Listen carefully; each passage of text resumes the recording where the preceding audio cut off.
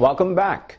Entrepreneurial experts in Osun State have been looking at ways to create opportunities for business in a harsh economic environment. At an event in Osogbo, the Osun State capital, to celebrate business owners, participants were encouraged to leverage on the current economic recession and come up with ideas that can change their lives and the country. Entrepreneurs and stakeholders from all over Osun State gather to share their experience on the impact of economic recession and how to weather the storm. The event, tagged Osun Entrepreneurs in the Management of Recession, is aimed at redirecting the mindset of Nigerians to look at the positive side of the current economic turmoil. Participants are in agreement that individual entrepreneurial skills need to be developed to make use of available opportunities. We need to begin to redefine our products in Osun, and that is one of the things that can actually move us out from this situation where we are in. And one of the things we also need to look when it comes to these products of a thing and services of a thing is that we need to begin to understand our peculiarity. Let our pastors, if they cannot do it, let them bring financial literacy teachers to the pulpit to teach financial literacy. Let our imam let people know about financial literacy.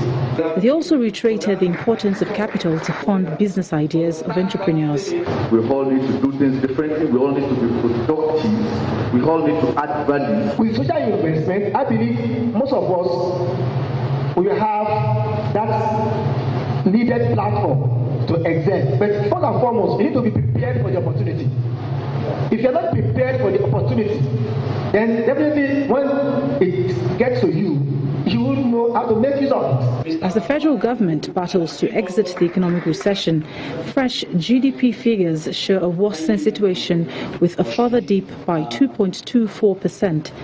These entrepreneurs are aware of the many uncertainties facing their businesses, but they believe that fora like this will help them think out of the box on how to survive in a harsh economic environment.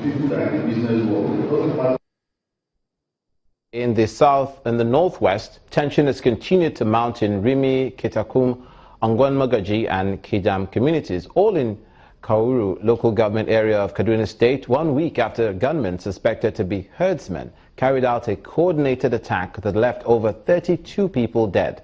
The gunmen invaded the four communities on Sunday, November the 14th, killing at least 31 persons, burning down over 100 houses and destroying farmland. A visit by Channels Television to the area today reveals that residents fled their homes to neighboring communities in Nasarawa State, Plateau State and Abuja, pending when normalcy will return. Security agencies have also responded by deploying their operatives to the affected areas, but the people are scared of returning to their communities due to fear of fresh attacks. The gunmen are said to have attacked the communities simultaneously when the residents were asleep.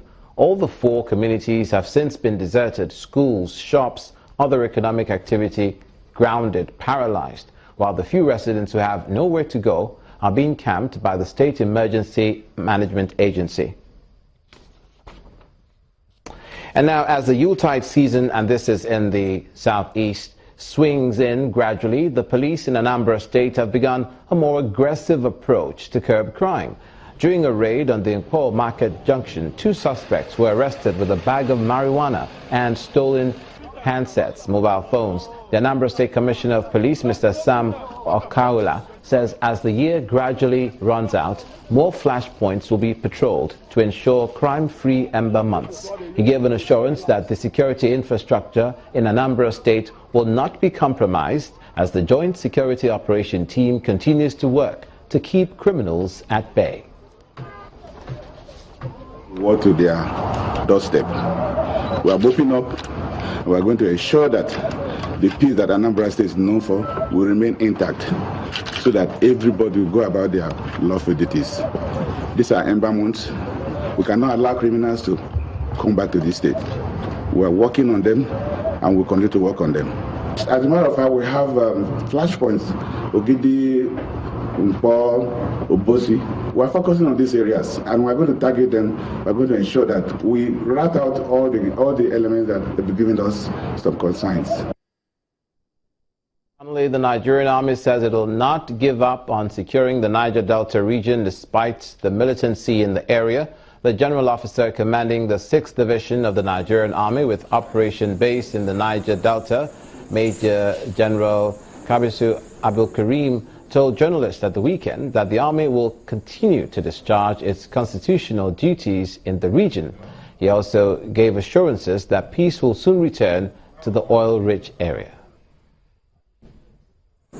In the area, negatively impact on our national economy, resulting from sabotage by criminal entities that exist within the region.